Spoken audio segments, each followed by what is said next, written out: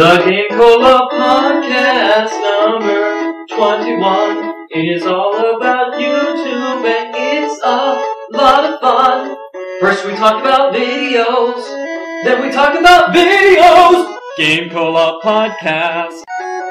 Every day we're out there making podcasts.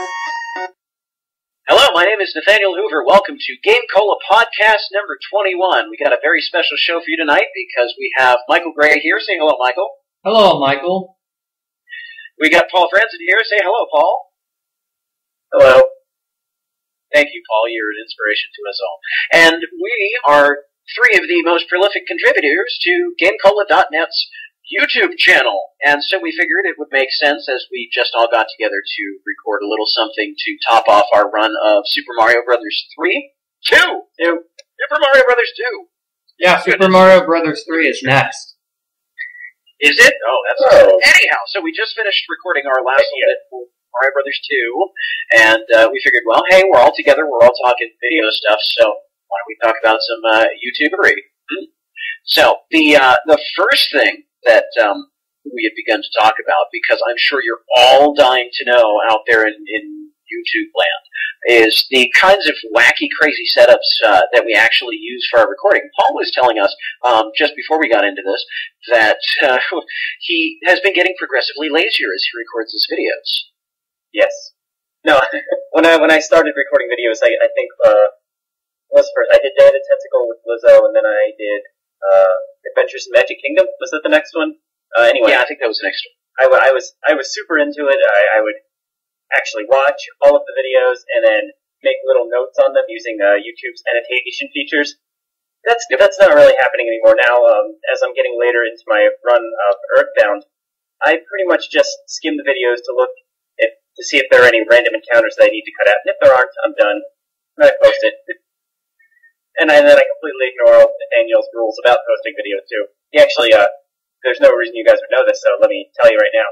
He actually sent out, like a 40-page PDF file about how to post videos to the YouTube page. And I have 40 pages? I didn't actually open it. Oh, thanks, Paul. I was going to say, 40 pages, I must have fallen asleep writing it, just had my head down on the Z key for, 39 pages. I kid. Of course I read it. I just... just disregard everything. Nathaniel writes too much. It's true. I'm constantly amazed at. I write too much. Well, that's why they put me in charge of the YouTube page, because I am technically the admin for it, because I don't need to do a lot of talking there. I just do little administrative behind the scenes things. So it keeps me a little less verbose. And speaking of little administrative behind the scenes things, one of them would be what Nathaniel does is, changes the notes for every video. So, say for my Final Fantasy run, he went through all 111 videos and changed it so it's video 1 of 111, video 2 of 111. Oh, God. Actually, he didn't. I don't know if I've done all of those for Final Fantasy. You see, after a while they start to blur together, but I definitely seem to recall doing that for Phoenix Wright. It did take a while. But then again, when I was doing that, I really had nothing else to do with my time. Do you still do that? Some of my Earthbound videos just say, video number X, and no, there's no of XX. I mean, there would be now. Well, I could randomly guess and project, there will be 115 videos. Paul made this number because I'm not going back again. Well, I would just have to make sure that the last video was that number. Yes, so all sorts of administrative things going on behind the scenes, which I'm sure are terribly exciting, which is the reason we tuned into this in the first place. Now, all of us have been doing lots and lots of videos, and it's all out of for the love of the cola, right? Right, guys? Yeah. That and I just like playing video games. Of course. And talking to myself. Now, see, what I do is I arrange all my stuffed animals on my bed, so I'm talking to them while I'm playing, so I'm not talking to myself. I can't tell if you're joking or not. I'm actually not joking. I'm joking. I only have one stuffed animal, and that's because I haven't met with Cora, who I'm supposed to get the stuffed animal to, so he's just been hanging from my lamppost for the past 3 months. Cora or the stuffed animal? Cora. I mean, Mr. Monkey has been hanging from the lamppost. Ah, I see. I don't know what Cora's I have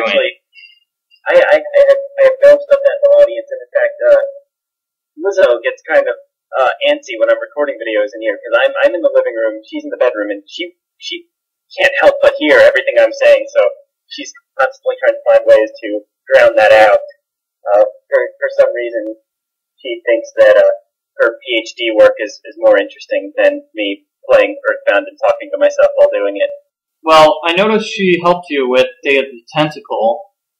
She did. She more than helped. She's the one who edited all those videos and posted them too. Oh, very cool. Nice. Yeah, it was great. Is there any chance of her making a reappearance for, say, Curse of Monkey Island? I don't know. We actually started doing one for King's Quest 6, I think, but we only got about halfway through, and I think she doesn't want to do it anymore because I kept making fun of the game, and it's one of her favorites. I think See, you guys confuse me. Well, not really so much confuse me, but I'm very much, I don't know if the proper term for it is chronologist, but that's the term I've been using. I like to do things in order, so just starting at King's Quest 6 without doing 1 through 5 first is just, see, we didn't really want to do 1 through 5, well, especially not like 1 and 2, definitely not. And we actually wanted to do 7, but we couldn't get the recording to work on my computer, so by default we went for 6 because that was her next favorite. Mm-hmm. But yeah, only halfway through, and we stopped like over a year ago. So I'm not sure that the chances of continuing it are that good at the moment. Do you still have those videos? Could you put them up? I think so. I think they still exist. Because we could upload half of a run of King's Quest 6. That's what we did for Final Fantasy Crystal Chronicles. Crystal Chronicles. Except by half you mean the first 4 videos. Yes. I was actually very upset that you guys didn't continue with that. I was really getting into it. Apparently some people were, not just you. So I'm surprised. Yeah, other people watch these videos besides me? Yeah. Yes. Well, obviously people watch the Phoenix Wright videos. Mm-hmm. For any listeners who haven't looked at our Phoenix Wright videos, all of them have a ton of comments. It's kind of crazy. What do they have, 1,000 views, over 1,000 views, something like that?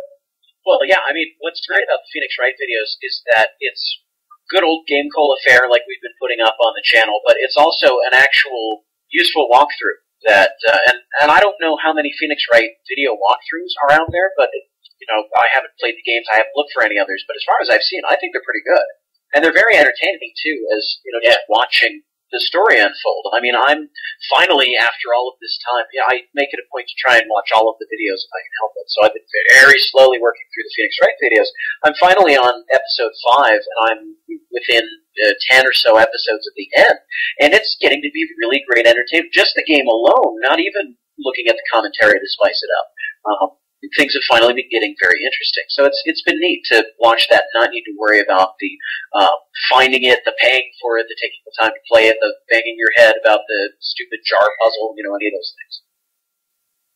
And that's exactly what I liked about Michael's Final Fantasy VI run, was that I don't have to bother actually playing this turn-based RPG that I don't really have any interest in, other than, I don't have any interest in playing it, but I'm really curious to see what actually happens in the game. So I can just watch his video, get his entertaining commentary, and take care of everything that way. So it's really cool. We don't have to play video games ever again. It's awesome.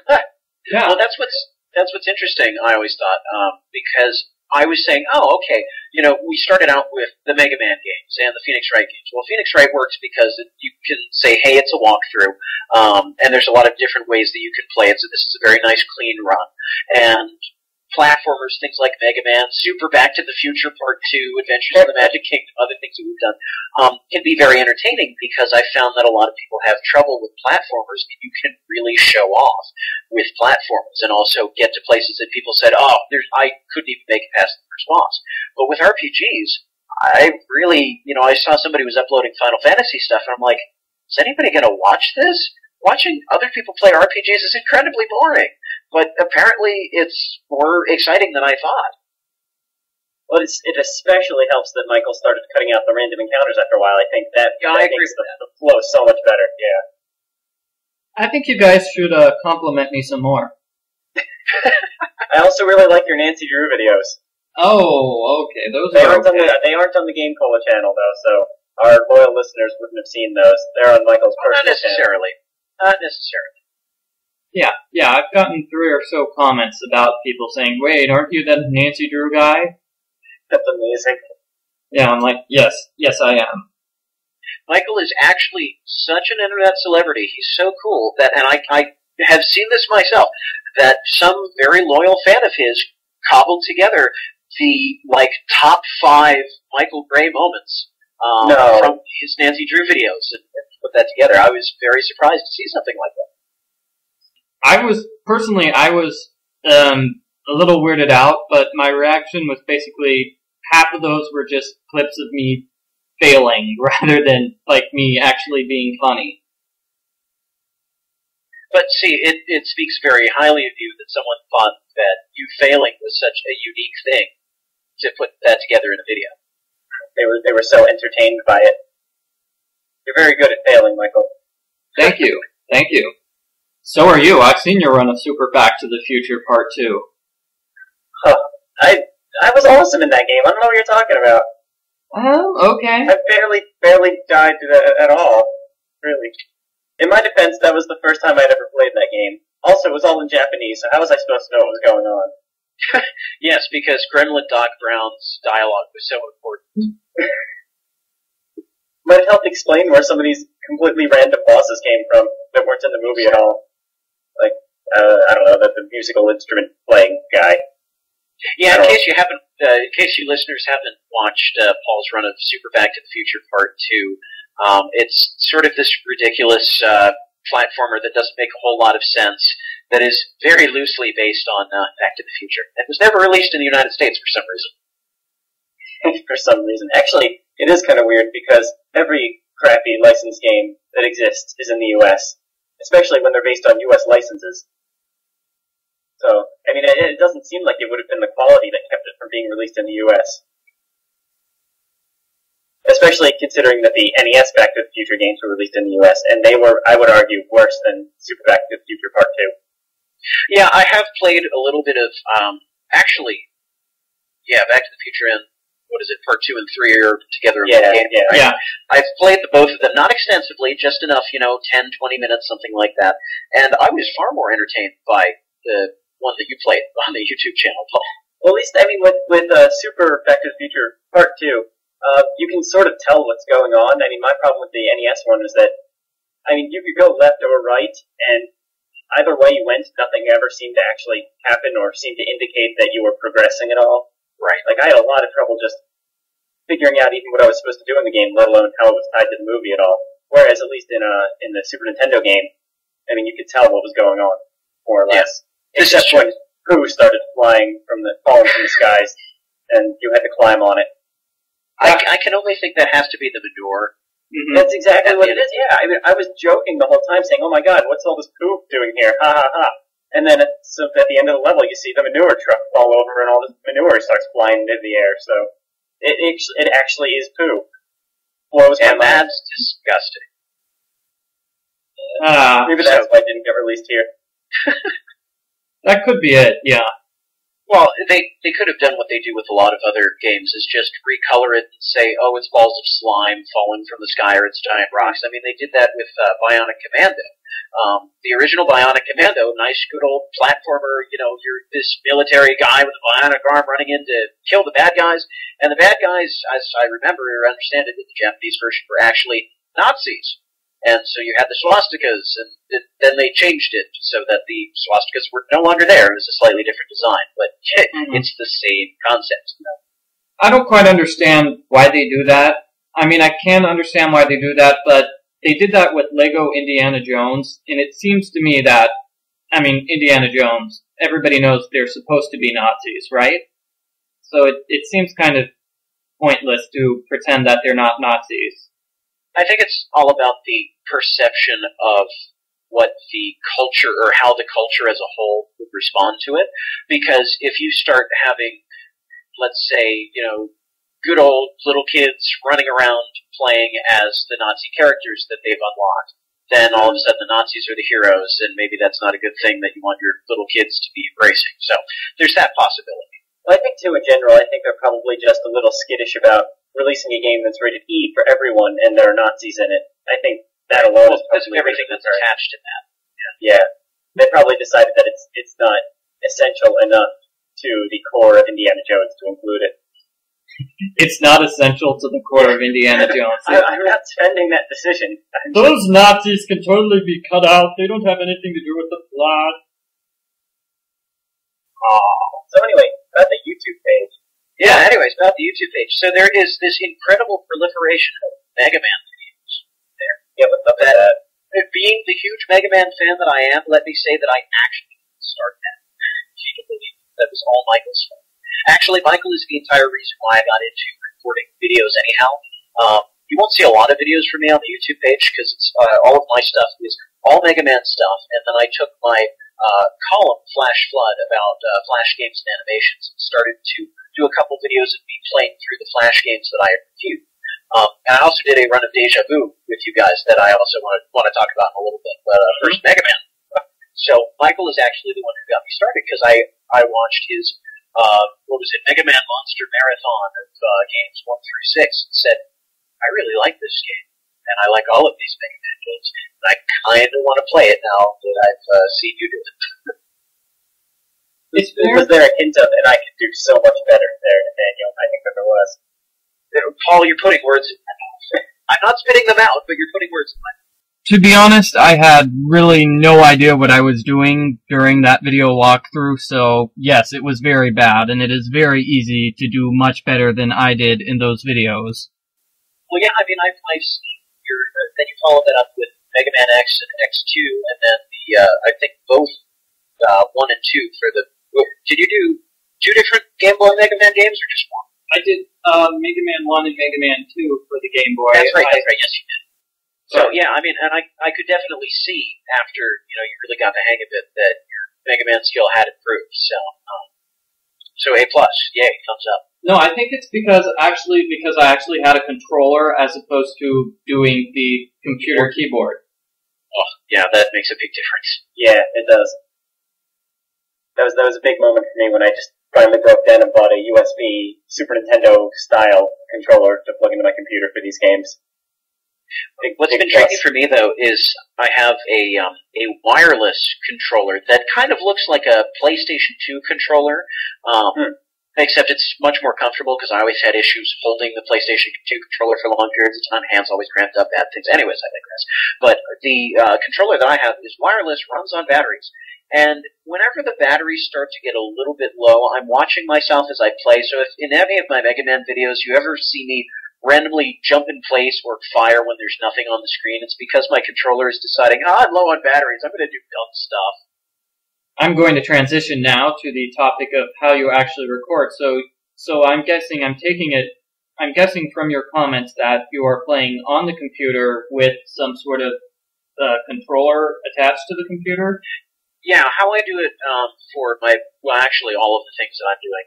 If it's an NES game, which are the only ones aside from my Flash games and Deja Vu that I've played so far, I have my FCE Ultra emulator set up, and so I'll play through whatever game it is, and use my wireless controller to play that. And I'll record using a program called Cam Studio, which I'm not sure if anybody else uses. That's what I use now, too. I switched over. Okay, cool. Up until my run of Mega Man 5, which I'm currently in the process of recording and have been in the process of recording since like December, maybe November, something like that, up until this last time, it worked very well. The only problem with Cam Studio is that it's got limitations. You can only record for about somewhere in the area of 10 to maybe 15 minutes before it stops recording, but it doesn't tell you that it stops recording, so it'll just break when you try and stop the video and say, okay, save my video. Sorry, I don't know where it went. It just kind of got lost. Why don't you try that again? So that's the one problem with Cam Studio. The other one is that when there's too much action going on the screen, too many different colors, and you're recording too large of an area, it starts to skip a lot. Now, maybe that's just my computer, but the entire reason I was like 3 levels from the end of Mega Man 5, and I started looking back through a couple of the videos that I had done, and saw that all of the coolest parts of all of my videos were incredibly choppy. Like, people had just yanked out lots and lots of consecutive frames from my video. And all of a sudden, I'm, like, leaping forward on the screen, and things are exploding when I didn't even shoot at them, and it was just awful. So I had to fiddle with a lot of settings. Found out that I think Cam Studio was the problem, that the game had now become too complex, too fancy with all of the sophisticated advancements that Mega Man 5 brought over Mega Man 4 and 3, 2, and 1. And there was just too much going on the screen. So I had to actually shrink my recording area and fiddle around with a couple of other settings. And that's worked. Oh, do you normally do a full screen recording area? Not quite full screen. It's like most of the screen. So I can very easily, pause it, manipulate, go bring around other stuff. So it doesn't take up my whole screen. Also, because I have a wide screen, and that would be a little weird. But anyways, it takes up. I haven't had that kind of trouble, but my screen is usually, pretty tiny. I do the same thing with an emulator in Cam Studio, and I think it doesn't even take up like a quarter of the screen. Kind of to get close to it to look at tell what's going on, but that would be one of my videos. Don't have quite the video quality, the high quality that everyone else does. Getting back to the topic that I tried to bring up a little while ago, what I do for, say, the Mega Man X games is I actually have these cables that connect my TV to my computer. I don't know what they call it, a video capture card or something like that. So I'm actually playing the Mega Man game on my TV, and the TV is connected to my computer, so I have my computer record it while I'm playing it on my TV. And that's why you'll notice the super gigantic, huge quality. Personally, I am nervous about doing that because I rely heavily on save states when I'm doing my videos. Yeah. I'm going to be honest. I use them all the time. Honestly, I would not.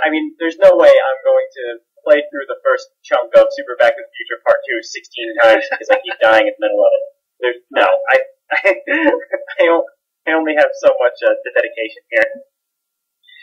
Well, if it had been up to me when I first started making the Mega Man videos, I would have just played it on my Nintendo, the way it was meant to be played, and just have that piped into my computer, except I didn't have the equipment at the time to do that. So I said, well, I guess I can use an emulator instead, get the same effect. And then once I realized the power of the emulator, that I can actually save between each level, and then practice, and then make it look really good, then I decided to do that. Because, yeah, sure, you can play through an entire game start to finish, and that has a certain charm to it. But, if you can really sit down and fine-tune it and do a lot of really stupid stuff that you just shouldn't do that looks really great, then it's that much more fun. So it has been a good thing to have an emulator. And that's part of the reason why I haven't actually played not Nintendo games, because, first of all, I only own Nintendo games. But aside from that, some of the stuff like the later Mega Man X games that are on PlayStation, I've played around with the PlayStation emulator before, and if I do get around to recording those someday, it's going to be a little bit uglier unless I can figure out a more effective way to reload levels and not need to wait around forever for things to happen. Actually, I actually do have a video capture card at some point. I was trying to use that to record some footage of Xbox Live games because I really wanted to do a video of a game called A Fading Melody. I talked about it in the GameCola blog forever ago. And I really wanted to do a video because I don't think very many people have heard of it, and I thought it would be a lot of fun, but I could not get the quality to be even remotely decent using my apparently weak video capture device. Very sad. Nathaniel, for the PlayStation Mega Man games, they I don't know if you've noticed on my videos, but you have that save option. You can save after every level or not once you beat it. True, but being able to go back instantly. So, for example, I've been playing Mega Man 5, and if I do something that's really bad and just doesn't look good on video at all, sometimes I'll run through and say, okay, I'll keep it because the rest of this looks great, or sometimes I'll say, well, that was a train wreck, so let's stop right here and reload the level. So it's a pain to hit reset, wait for everything to load up, and then load the save game again. Yeah, there is. That would be one of my complaints about the Mega Man the Mega Man PlayStation game collections. So, I think you can still do save states with PlayStation emulators. I think they work a little bit. I'm just so spoiled because FCE Ultra does very nice things for me, and everything works out great. So I'm just afraid to move on to any other emulator because I'm sure it's not going to be quite as smooth and seamless. Not quite as smooth and seamless a transition as this one. Deja vu. So we all worked on this wonderful PC, NES, Game Boy Advance, and all sorts of other different platforms. Detective adventure game starring Ace Harding, crack detective. And so I wanted to talk a little bit about that because three of us recorded an individual run for a different version of the game, but we only responded to the previous guy's comments, if anything at all. We never really got a chance to talk about the differences between the games or what it was like having watched somebody else play it first or whatever. Mm-hmm. Well, I think I made comments about this on Paul Franzen's run. Paul, in order to beat Deja Vu, he was constantly using the guide that I had written for Deja Vu. And well, come on! If I had tried to do a blind run of that game, it would not have been pretty. I know it was even your idea to use the walkthrough, Michael. I know, but I'm just saying I was a little weirded out by the fact that you kept referring to me by name and quoting my guide at length. I think you could have been a little bit more discreet about that, and you could pretend that you were just super smart and knew what to do ahead of time. I try to be more upfront than that. I'm legit, Michael Gray. What would have been really weird is if you were using my video walkthrough to help you out during your video walkthrough. What would have been really funny, though, is if when I played through my version, because I did it last on the Windows version, if I would have followed what Paul did as my walkthrough. It's like, well, Paul did this here, so clearly it must be right. Bam! Okay, I died. Obviously, it's wrong. No, I had a great deal of fun with Deja Vu, and that was different from any of the other videos that I had recorded up to that point, because my Mega Man videos and also the Flash Flood videos that I did, I would sit down and play it through several times until I got a run that I was completely satisfied with. And then I would sit down just because I focus a lot better when I play games and do my commentary separately. So I went and added the commentary after the fact, after I had videos that I was content with. And that took me forever.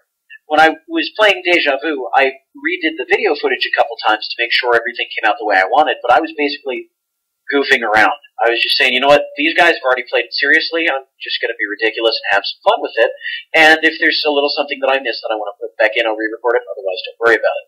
And when I got to the audio commentary, I sat down with the entire video, the 10-minute block or however long it was per video, and I just sit down, I hit record, did one take, maybe two takes, start to finish, and say, that's it.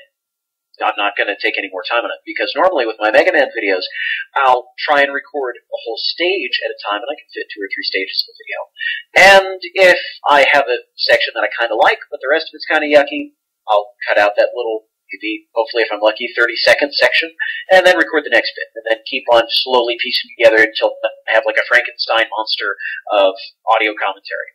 So this was a very nice change for me. I got the whole thing done in a weekend, whereas all of my other Mega Man videos have taken me 2 to 3 or 4 weeks. I think your Deja Vu run was the most popular one, actually. Oh, with like 21 hits. That's great. No, I mean, yours is the one that got comments saying, hey, why don't you do Shadowgate or Uninvited or... Wait, didn't I see, has someone been commenting on all of those videos telling you every single thing you did wrong? Yeah. Yeah, somebody... Like, like a bulleted list and everything. It was...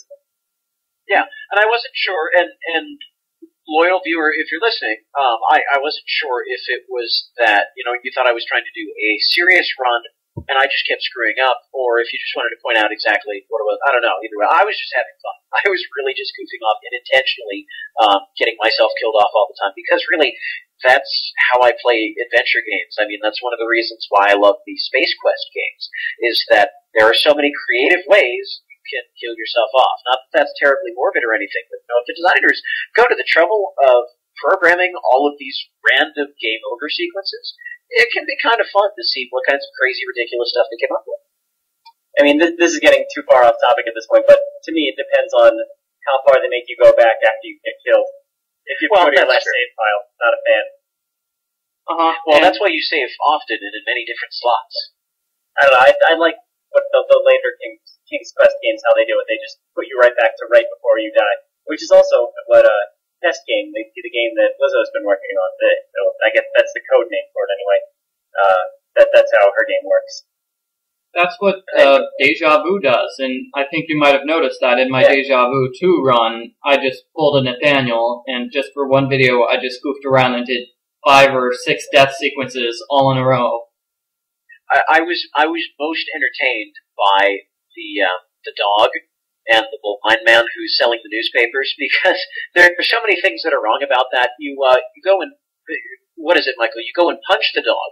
Not that, we're advocating cruelty to animals or anything, but you can do it in this game. You can punch the dog, and then he, bites your face off. But if you try and shoot at the dog, he does a little dance around in a circle and dodges your bullets. Is that right, Michael? Yes, the dog dodges your bullets if you shoot the dog. Well, let's see. We looked at Deja Vu, Mega Man, Phoenix Wright, Nancy Drew, lots of different ones. Are there any other?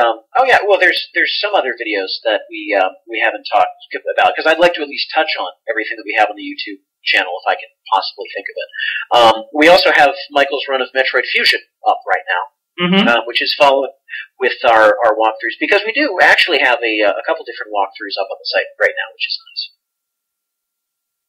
So, was your process, or is there anything particularly exciting about Metroid Fusion that you have for us, Michael? Anything particularly exciting? I think you might have noticed that, maybe you didn't notice this, but I did live commentary for the video walkthrough for Metroid Fusion, which was okay for the first 5 videos, but then I just sort of stopped talking, and my commentary was so boring that I decided I just have to re-record this. And that's why in video number 5 or 6, I think it's video number 7, you'll notice that I'm just talking non-stop and singing down, down, dooby-doo, down, dooby-doo, down, down. Yeah, right. No, the Metroid Fusion run was a pretty good run. I want to do a couple more Game Boy Advance runs. It's a quick one, I think. How many videos are there? 20-something? Yeah, something like that. So it was just 2... Not unreasonable. It's just like 2-hour gaming sessions. That's all.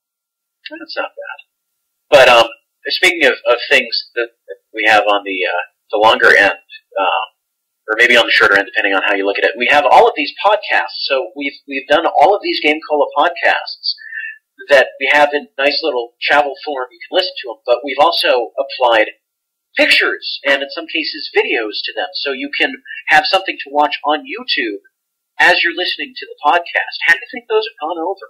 I mean, obviously not incredibly well, because they have, I think, the least views out of anything that we have on the site, but just about the concept in general, what do you guys think? I mean, I like it because it's easy content for the YouTube page. But that's not a very good reason to like it. I mean, I think that we have GameCola as a whole has different fan bases. We have people who visit the site, and we have a lot of people who visit the YouTube page but don't necessarily ever visit the site. So I think putting the podcasts on the YouTube page is good for those people, because otherwise they might not really get to listen to podcasts. No, I agree with that. And personally, I like the watching the videos as well. So, for example, I probably wouldn't have been terribly interested in, James Pond, codename RoboCod. Watching just a video of that. You're crazy, because that game is super interesting. But because that video was in the background of one of the podcasts, as well as one of the podcasts I was involved in, so I sort of tuned out and just watched the video anyhow. But it was nice because it's something that I might not have normally been very interested in, but there was different audio, so it's 2 different reasons to come here. So for that reason, I liked it. Personally, Plan 9 from Outer Space. I'm sorry, Mike, did you have another thing that you were going to say? Yeah, I was going to say, personally, whenever I listen to the GameCola podcast on YouTube, I don't watch the video. I just have it playing in the background while I'm doing something else on my computer. Makes sense. Yeah, I mean, that's how I tend to listen to the podcasts, too. Podcasts in general, I listen to it while I'm doing something else. So, like, I'm doing household chores or... Exactly, yeah. I reserve the GameCola podcast for laundry day and room cleanup day. That's usually how it works, and it works out great. Yeah, but I wanted to briefly mention Plan 9 from Outer Space, because we were talking about adventure games and also ones that weren't necessarily as popular or mainstream like Super Back to the Future Part 2. So what possessed you, Paul, to do a run of this game based on this apparently horrible movie that people keep talking about, but somehow I still haven't seen? Well, mostly it was the fact that the game existed at all. I was completely blown away when I discovered that there was an adventure game based on Ed Wood's classic Plan 9 from Outer Space, and I just had to play it. And since I knew that, since I hadn't heard of it before, I figured a lot of people hadn't, so I thought it'd be fun to put that out there so other people can check it out too. Makes sense. Unfortunately, the game wasn't that good. Ah, for shame. So I tried to make up for that by including various clips from the movie itself too, to try to make things a little more interesting and to maybe show off the movie to people who hadn't seen the movie before, whichever I should. Sure.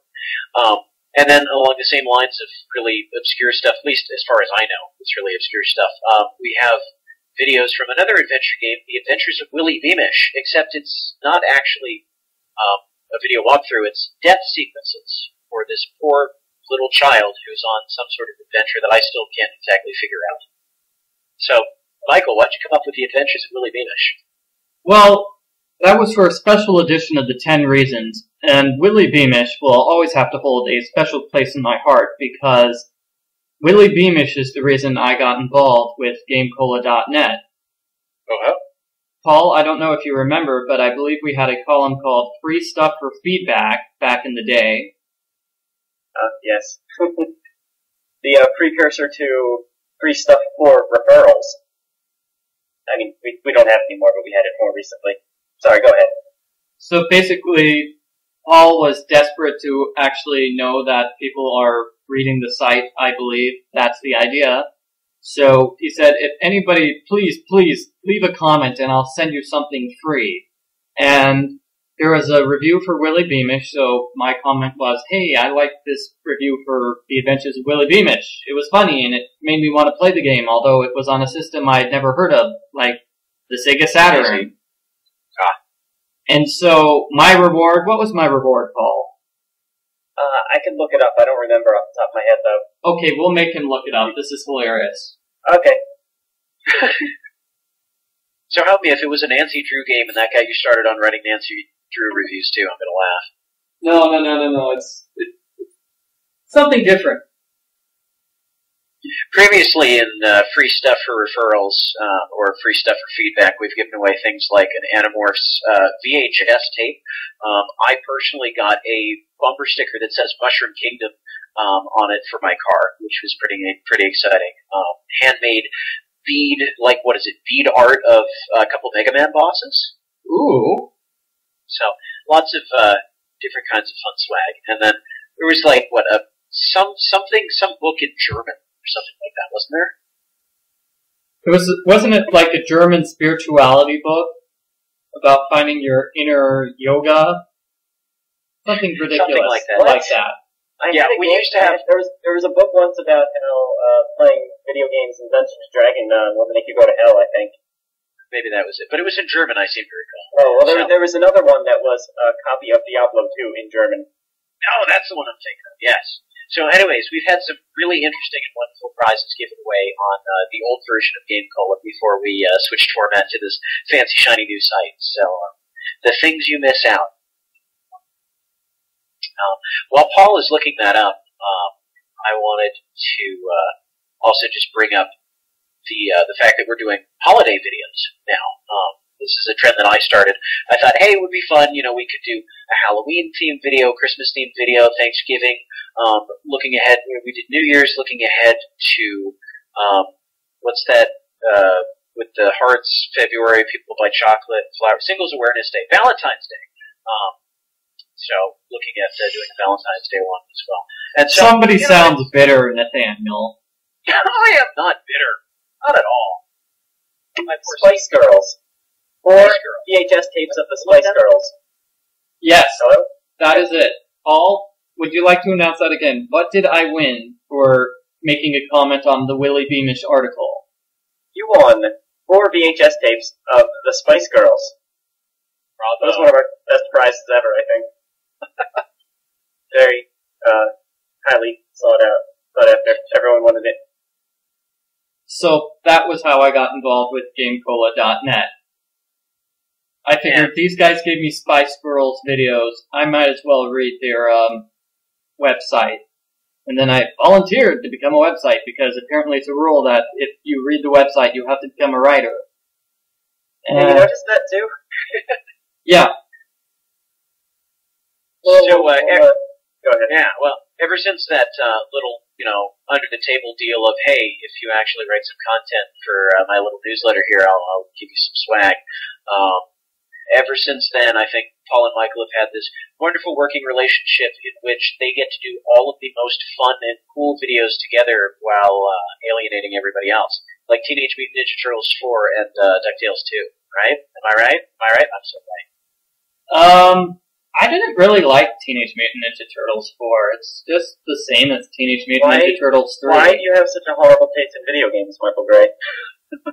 What? Have you played Teenage Mutant Ninja Turtles 3? I played it with you. It was awesome. Are you out of your mind? No, number 3, not number 4. I mean, number 4, correct me if I'm wrong, but it's basically number the 4 same is the as... best one, and then the second one, and then the third one's okay, and then the Hyperstone Heist is...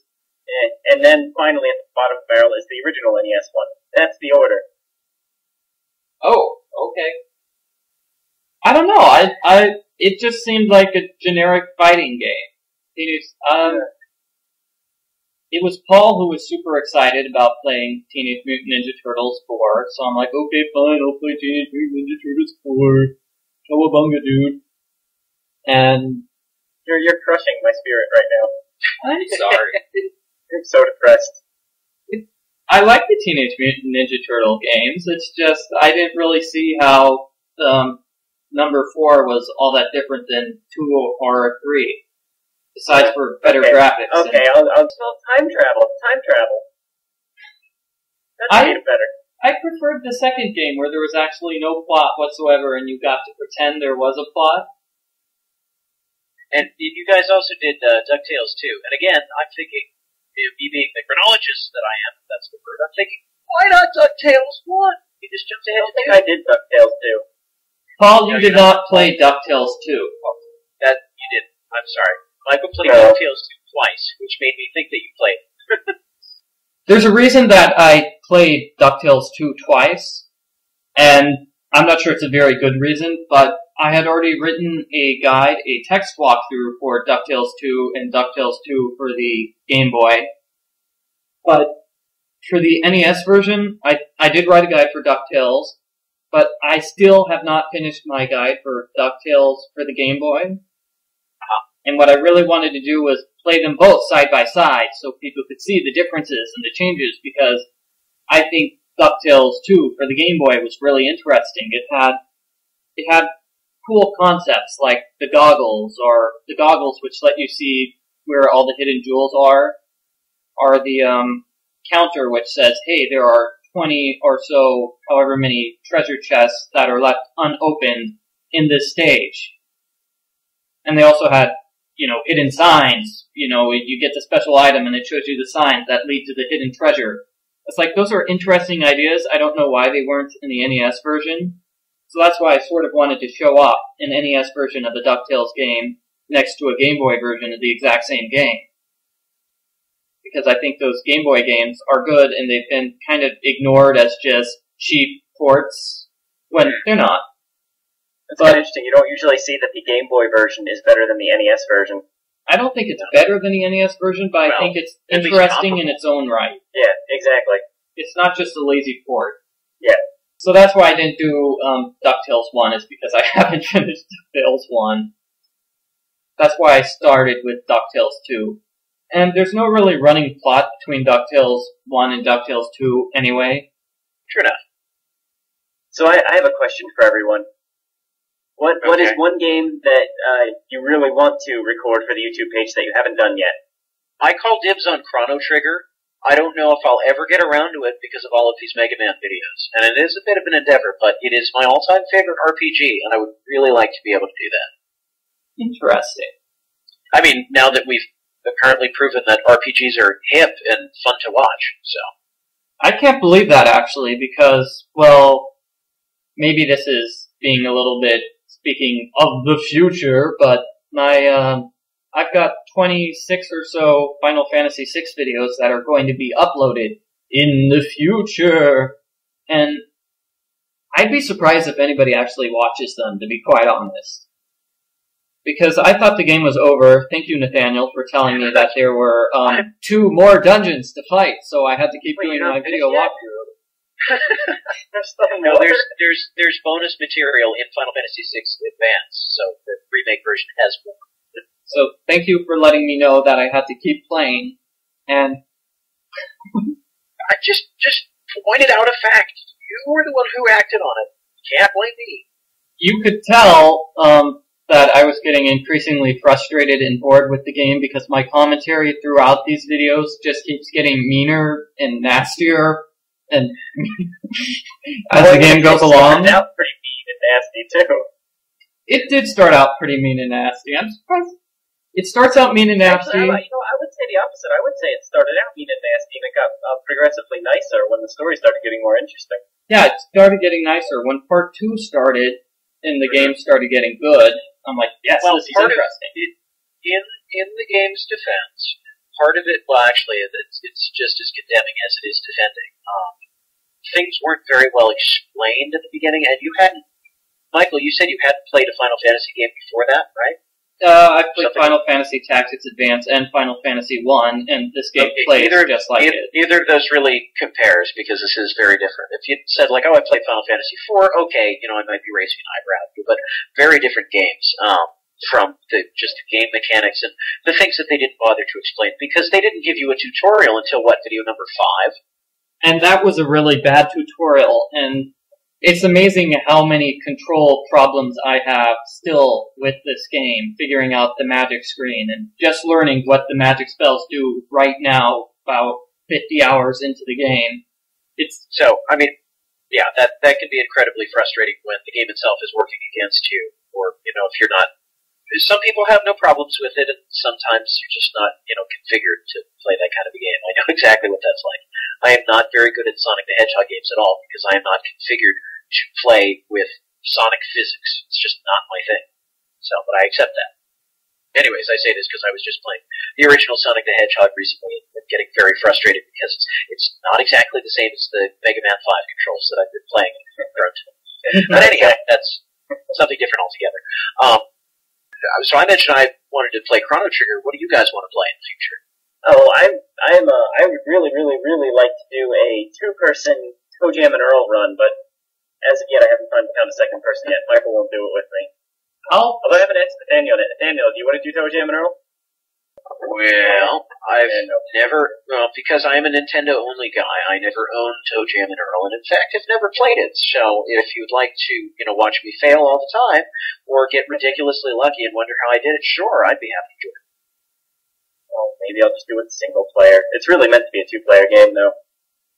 Yeah, maybe. I mean, the game's kind of super hard to get to the end of it. Like, I've only done it once. So, if it's going to be a full walkthrough, I should probably do it with someone else who has played it before. But, then again, maybe it doesn't matter. We can just use save states. Anyway, that's the game I keep thinking off and on that I'd like to do. Okay, that's good. If I'm going to say which games I like to do, see, that's a tough question because I've got a list of like 30 or so games that I actually want to do and plan to do sometime in the future, like... Well, you can kind of go along with our theme of pipe dreamish games that are not like the game Pipe Dream, because I think there is a game Pipe Dream, but ones where it would be great to do it, but it might not happen for one reason or another, or it might not happen for a long time. Okay, because I know there are some games that it's like, sure, I'm going to do that as soon as I get the time, because I'm going to do Dragon Ball Z Supersonic Warriors whenever I get the time to do that, because I just want to have fun imitating all the characters. That will be my excuse for playing the game. But as for a walkthrough, I think is not going to happen. I would like to see a video walkthrough for Apollo Justice Ace Attorney done by Paul Franzen and Zach Rich. But I want nothing to do with that game. I know, so that's why it's a pipe dream.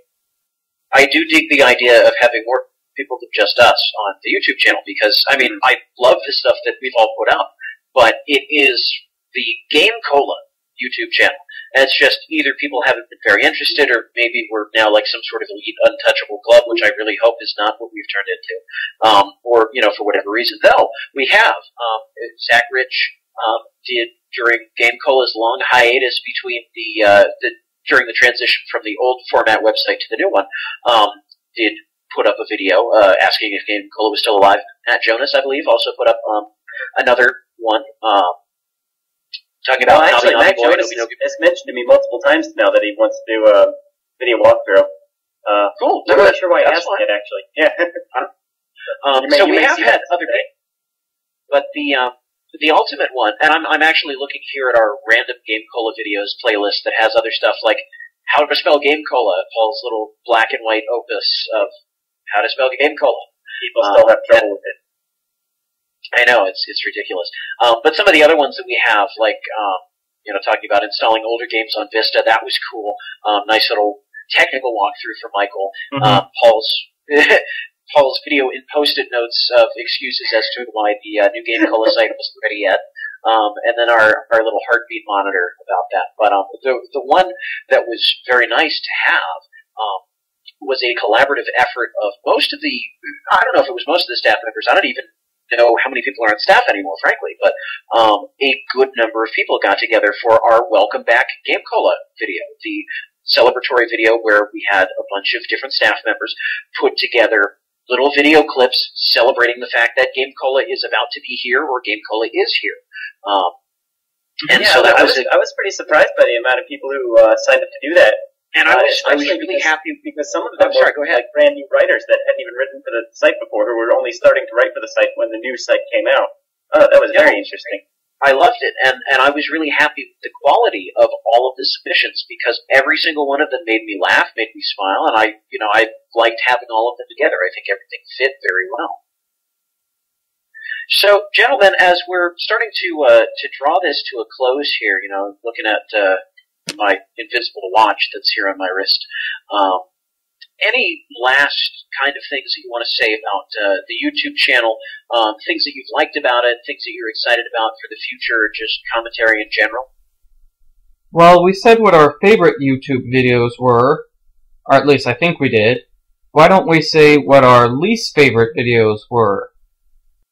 My least favorite YouTube video was actually, it would have to be my playthrough for Professor Layton in the Curious Village.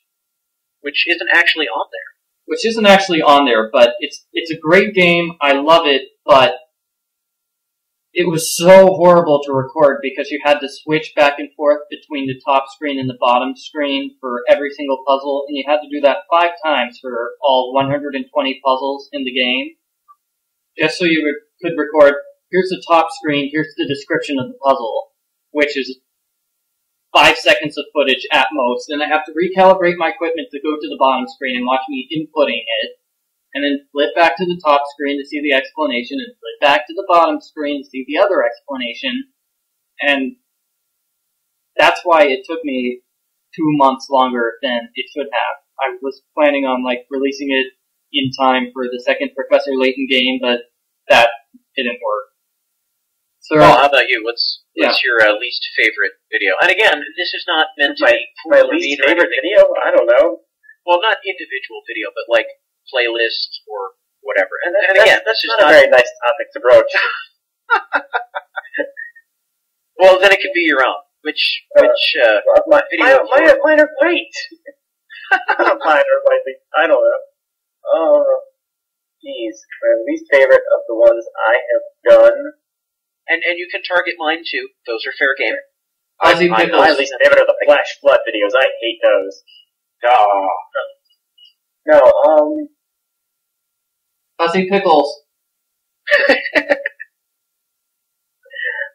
There are certainly parts of the Earthbound run that I've not been happy with, but I don't know. I mean, I'm reasonably okay with most of the stuff I put on there. I'm not in love with any of it, but I don't have any real problems with any of it. I guess in the future, I wish I had more time to spend on these videos so I could do more stuff like with the annotations that I was doing earlier, more time editing, maybe more time trying to figure out how to make the videos higher quality, because there definitely is a noticeable difference between my videos and a lot of other people's videos, but I'm not sure I'm going to have the time to do that, unfortunately.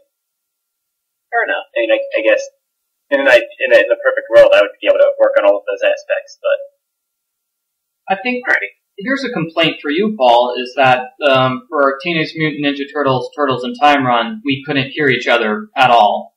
That was a problem, yeah. I believe we had to pause a few times and say, "What did you just say?" I need to be able to respond to it. And that's basically the reason why we can't do a Toe Jam and Earl run. Yeah, it's difficult.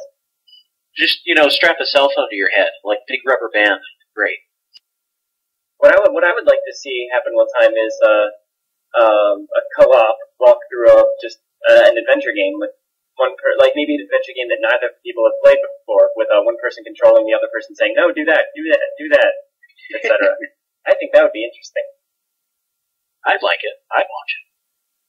All right. Well, the one thing for me, in general, I've liked all of the games and all of the video ideas that people have picked out for the YouTube channel. I have nothing that I look at and say, "Oh, I wish that weren't there." The one thing that I would like to see in the future is I really enjoyed listening to the commentary on what was it? The We Are Drama Queens, the podcast where you listen to everybody playing Drama Queens, but you didn't actually get to see them play it. So it's one of those things where it sounded like it was a lot of fun, but I wish I could have watched it. So there are a couple of things on here. We were playing that on an actual DS. It would have been. Well, yeah, I understand. How we I set that understand up. that. Right, the limitations of that are absolutely there. So, but I'm just saying that it was entertaining to listen to you guys. I just wish I could have, even if I couldn't see the game specifically, see some gameplay footage, or what, and not just the Drama Queens one. I mean, that was the same thing that happened with, I think there was another podcast. I know Michael did Ratchet and Clank, and I would have liked to see some gameplay footage there. So again, the audio material was very good. It's just there wasn't a lot to connect with it. Yeah, and that's why I was saying earlier about really enjoying the videos, because even if somebody's playing through what is Krusty's Funhouse, that has nothing to do with the podcast at all. There's something active to watch instead of just a slideshow of screenshots, which is cool if the screenshots are cool and there's enough of them. So, anyways, that's just me. I might be in the minority here, but overall, I've really liked the stuff that we've had. So, there's been, I think, pretty good variety, and we have some pretty good people playing some pretty good video games, so I can't complain too much. And then just to see more different people do videos too besides us. I think we talked about absolutely. This already, but I think that would be very cool. We invite you to. Yes, please. I suppose I have a question about. I think, Paul, you mentioned on your Super Back to the Future run that nobody else had done a run of it before, or one person had. Yeah, that guy was terrible. Yes, because you don't want to be negative about anything, Paul. Oh, I'm fine with being negative about people who aren't on the GameCola staff. Forget everyone else. Hey, that's a problem I keep running into when I try to watch other people's videos on YouTube, playthrough videos. I keep getting super annoyed at them. Because I just don't find them as entertaining or as interesting as us. That's probably how a lot of people respond to our videos, so... Is that a factor that goes into choosing what video you want to play for? Oh, does that sentence make sense? There are videos for it already? Yeah. Does that occur to you when you decide, hey, I'm going to do a video walkthrough for this game? Do you check? That was one of the reasons I went again for the Plan 9 video. I believe at the time, and probably still now, that there weren't any other walkthroughs for it at the time. So. That was something I wanted to put that out there just because there wasn't anything else like it. So, yes, I would say that is a factor, but it's not always the case. I'm doing Earthbound right now, and there's probably a ton of those. Well, and for me, I'm playing the Mega Man games. Everybody's done the Mega Man games, but I'm putting my own little spin on it, and bottom line is I'm having a lot of fun doing them. If they happen to be different from other people's walkthroughs, great. I mean, I've gotten a lot of really positive comments about them, so... obviously, people are watching and enjoying what I'm doing, so I'm going to carry on with that. But the Flash Flood stuff, part of the reason I started the Flash Flood column to begin with, was that I was seeing hardly any reviews of Flash games and Flash animations. So I thought, well, this would be unique. And then also doing the videos for them, I think, are also fairly unique because most people don't put an internet video up of something that you can play on the internet. So I guess that's different in that respect. Side note, that reminds me of something I really like on the YouTube pages, our world exclusive preview of the Miles Edgeworth game that's coming out. Yes, that is very nice, and that means I'm going to have to like do a running playthrough of Phoenix Wright 2 in order to play the Miles Edgeworth game when it comes out.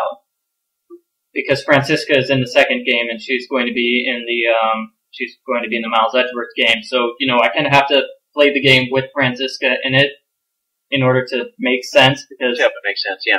Because Nathaniel's going to be completely confused. I know. I just won't know what's going on. I mean, like, I'm surprised you didn't get with the Christmas video. I'm surprised I didn't get any comments from you. It's like, what? Who's this character named Pearl and Franziska? Who are they? I keep my comments to myself. I just make up backstories in my head, and then when I find out that I'm completely, totally wrong, then... Well, spoiler... So Paul likes the Ace Attorney Investigations Miles Edgeworth videos. Michael, which are your favorites, or just some of the ones you like? Some of my favorites. Well, to tie back to what I just recently said, I love doing the video walkthrough for Oregon Trail, which nobody else had done.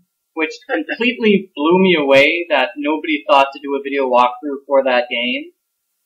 And I'm kind of hoping I could get away with doing another video walkthrough for that game for the GameCola YouTube channel. Totally should. Totally should. Just 2 separate video walkthroughs for that game by the same person on different channels. Okay. Great. I mean, I really enjoyed the last one, so I'd be okay with watching a new one. Oregon Trail, it's different every time. Yeah. Basically, yeah, I think mostly the Phoenix Wright game, just because I just happen to like the Phoenix Wright series. The other games are basically, say, like DuckTales 2 or Metroid Fusion. It's a game I liked, and I'm just playing it through for probably the last time. So I'm like, hey, I'm probably only going to be able to play this game one more time before I die, so might as well film myself playing it.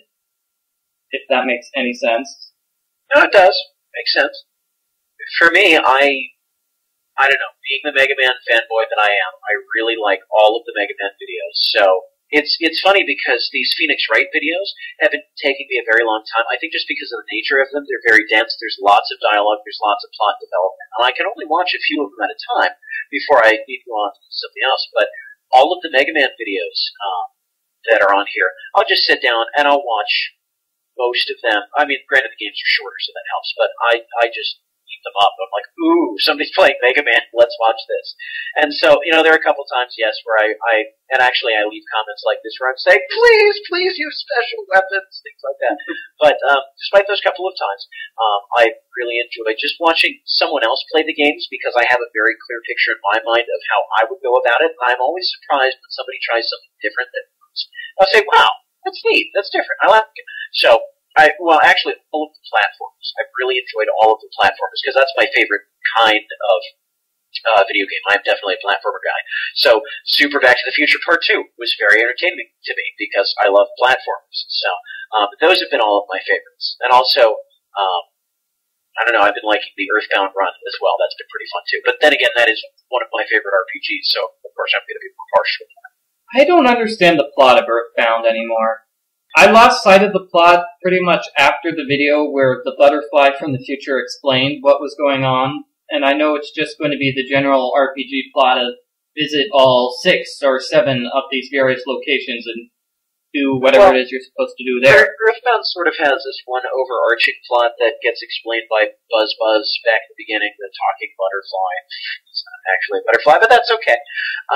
And then you just sort of shuffle that to the back of your mind and say, well, let's go exploring here, do all of the fun stuff I can do here, and then see what problems this town has. Let's see if I can solve them, or let's see if I can move on somewhere else. So it's really, the main plot of the game has very little impact on the rest of the game. It's just sort of a device to sort of push you along to all of your sanctuary locations. Mm-hmm. So I like it. I don't think you need to worry so much about what the big major plot is because it's quirky, it's different, and it's funny, and it's creative. So, yeah, I mean, I've been enjoying it too. And we haven't mentioned this before, but Super Mario Bros. 2 run, I think that's going to be totally 5 times awesome and a hand back. I think so too. And you know what? I want this on the record here. So I am atrocious at doing fake angry because 2 or 3 of the videos, because, spoiler alert, I jump in at, like, the last couple stages to, Paul and Michael take turns playing the game, and then I jump in for a couple stages. And I was trying to go for, like, this, oh, I'm angry at you guys because you went off and played this game without me and I like this game. And it was supposed to be like, you know, that faux angry where you can tell that there's, like, a smile on my face. I'm really awful with that. So it just sounds like I'm really genuinely angry and hating everything. It's just not how I wanted to sound. So, anyways, that's off my chest. Yeah, I could tell. That was, I don't know, I liked it. That was actually, I showed Marianne a couple of the videos, and her favorite part was you saying that you wish you could throw a vegetable at my head. So she laughed at that. Well, she didn't laugh at my jokes. She laughed at you getting mad at me. Hey, if nothing else, it's a different side of me, so people who are really sick of my, you know, nice, spiffy, shiny Mega Man pleasant commentary, you know, they get something different. Whatever. That's fun. As long as people are enjoying the videos, that is what matters to me. Any final words, gentlemen, before I pull the plug on all of you? Paul? Okay, maybe I accidentally pull the plug on Paul. I think Paul's dead. What? Did I hear my name? What? Paul is dead. What? Hello? Hi. Hi. Welcome to the podcast. Oh, thanks. We're doing a podcast now? Yeah, isn't that great? Cool. Final words? No, Paul, I've been totally mimicking your voice this whole time, so it's like you've been in the podcast even though you really weren't. Oh, thanks. I appreciate it. Yeah. It makes things handy. I can put my name on something else on GameCola without actually doing anything. I try to do that as much as I can. I don't know if you noticed, but Paul Franzen is one of the most used tags on the site right now.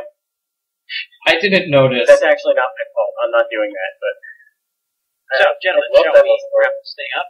Yes, wrap up. Yeah. Paul, did you have any wrap-up comments? Not really. I very much enjoyed doing videos for the YouTube page. Thank you, Michael Gray, for introducing me to the concept of recording yourself playing a video game and talking while you're doing it. Likewise, it's just incredibly novel to me. You're welcome, and I'm basically doing that because I saw somebody else do it, and I imagine this thing will just get bigger and bigger and bigger until the internet explodes. But I will say that I'm constantly amazed that people actually watch these. Like I realized the first thing I thought of when I even heard of this concept was like, why would somebody watch that when you could just play the game yourself? But I mean, they're entertaining. But the commentaries really make them wild. The entire time, every time I'm making one of these videos, I say, you know what, I'm doing this because I enjoy it. As soon as I stop enjoying it, I'm going to stop doing it, because even though I love all of the awesome comments that all of our viewers have been, both on my personal YouTube channel and the GameCola YouTube channel, we've had some really amazing comments. People were very kind and just very hip people. And even though I love to continue to pump out cool stuff that people enjoy, at the core of it, at least for me, I'm doing it because I enjoy it, because I like doing it, because I love these games. If it ever reaches a point where that's not the case, then, you know, maybe I'll take a break from it. I think it's a good way to live. It's a good way to live. It's a good way to live, and that's also a great strategy for dealing with, say, we get hate mail, which I'm not sure. Which has happened on my mostly on my Final Fantasy VI run, because I've offended basically everybody who loves Final Fantasy VI. Yeah, I like that. The first several videos, like, half the comments are like, oh my god, why are you playing this? Stop making fun of this game. This game's great. This is the worst video I've ever seen in my entire life. But am I wrong? Do they kind of dissipate when you get farther into the walkthrough? Because I guess maybe... Yeah, when I get to the part where because you start being nice to the game and because the haters stop watching it after the second video. Yeah. I think we might get some... As a side note, we are really incredible at wrapping up podcasts. I believe we've been doing it for about a half hour. We'll talk. We'll end this now. We'll talk more. Okay, now it's time to go. Now it's time to go. So, we just love talking about ourselves and the things we do. Yes. I know, because we're so good at it. Alright, so I am calling this podcast here. You know, here's the finish line. Let's cut that tape, you know, the ribbon, throw the confetti in the air. Hooray, it's over, it's done. And this has been the GameCola podcast. Thank you very much for listening and putting up with all of our nonsense. I'm Nathaniel Hoover. I'm Paul Franzen. And I'm Michael Gray. And we're out of here. See you guys later. Yeah. Oh, jeez. Later. Yes, later, Gator. Cut! Thus ends GameCola Podcast number 21, produced in February of 2010 by GameCola.net. GameCola.net, video game humor. This podcast starred Paul Franzen, Michael Gray, and Nathaniel Hoover. Recorded and edited by Michael Gray. Music is from the Game Boy version of DuckTales 2. And I think that's everything. So, thank you very much. I hope you enjoyed the podcast. And we here at GameCola will hope to bring you many more fun podcasts in the future. Good night.